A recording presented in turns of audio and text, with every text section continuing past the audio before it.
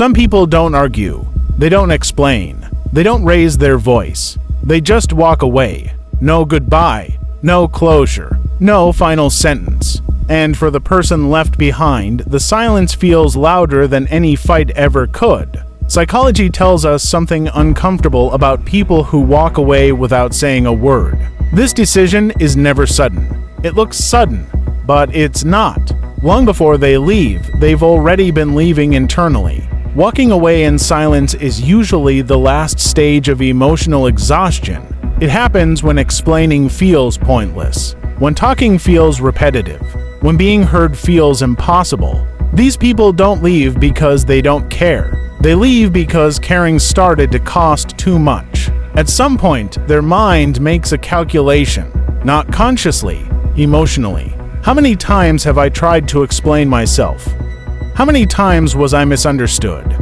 How many times did I stay quiet just to keep peace, and slowly something shuts down?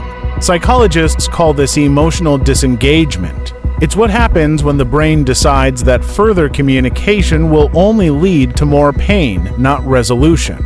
So instead of one last conversation, they choose distance. Silence becomes safer than words. Here's what most people misunderstand. People who walk away quietly are not impulsive. They are usually the ones who stayed the longest. They gave chances. They waited. They tolerated discomfort. They hoped things would change. And when nothing did, they stopped talking, not to punish, but to protect themselves. Because at that stage, explaining feels like reopening wounds that never healed. Another important psychological factor here is learned helplessness. When someone repeatedly feels unheard, their brain learns that effort doesn't change outcomes, so it stops trying. That's why when they finally walk away, they don't announce it. They don't argue. They don't demand understanding. They've already accepted that they won't get it. Silence, for them, is not avoidance. It's acceptance. This behavior is common in people who are emotionally deep but conflict-averse. They feel intensely, but they hate chaos. So instead of dramatic exits, they choose quiet ones. And here's the part that hurts most for others. Because there was no warning, no explosion, no final fight. It feels unfair. But the warning signs were there. Just silent. Shorter replies. Less enthusiasm. Emotional distance. Energy fading. They were pulling away long before their body did. Psychology shows that when someone walks away without a word, it often means they've already said everything, just not out loud. They said it through patience, through endurance, through staying longer than they should have. And when they finally leave, words feel unnecessary, because leaving is the message. People who walk away without saying a word often share personality traits that don't look obvious on the surface. They are usually emotionally aware. They notice shifts before others do. They sense disrespect, imbalance, and emotional neglect early, but they don't react immediately. They observe. They absorb. They wait. These are not people who explode at the first problem. They are the ones who try to understand, who excuse behavior, who give the benefit of the doubt. But this patience comes with a cost. Every time they stay silent to avoid conflict, something is stored inside them. Every time they explain and feel dismissed, something weakens. Every time they choose peace over honesty, something erodes. Psychology shows that silence becomes dangerous when it replaces expression too often. Eventually, the emotional system reaches saturation. At that point, the mind stops negotiating. This is where trauma and boundaries intersect. Many people who leave without a word learned early in life that speaking up doesn't guarantee safety. Maybe their feelings were minimized. Maybe conflict led to punishment. Maybe silence was the only way to stay stable. So, as adults, they develop a pattern.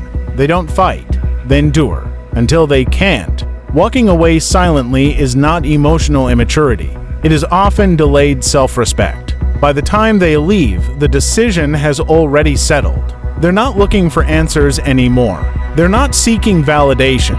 They're done explaining themselves to someone who never truly listened. This is why their exit feels cold. Because emotionally, they left long before physically doing so. Another critical factor psychology highlights is emotional asymmetry.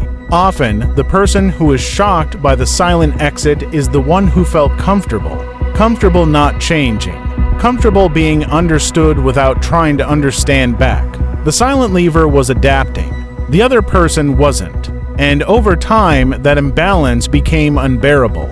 Silence becomes the final boundary. It's the moment someone chooses their mental health over being understood. And here's why this hurts so deeply for the one left behind. Because there's no closure, no argument to process, no final words to replay, no explanation to fight against. The brain hates unfinished stories. So it loops. What did I do? When did it change? Could I have fixed this? But the truth is often painful. The conversation already happened, just not at once. It happened over months, in small ignored moments, in unmet needs, in repeated dismissals. People who walk away silently usually tried to communicate in softer ways first, through tone, through behavior, through reduced effort. When those signals were missed, words lost their power. Now let's talk about the final stage of this behavior, because this is where most people misunderstand it completely. When someone walks away without saying a word, it often looks like power, cold control, emotional dominance. But psychologically, it's rarely about power over someone else. It's about reclaiming power over oneself. By the time silence happens, the internal debate is already over. There's no confusion left, no anger that needs to be expressed, no argument that still feels useful. What remains is clarity. And clarity doesn't explain itself. It moves.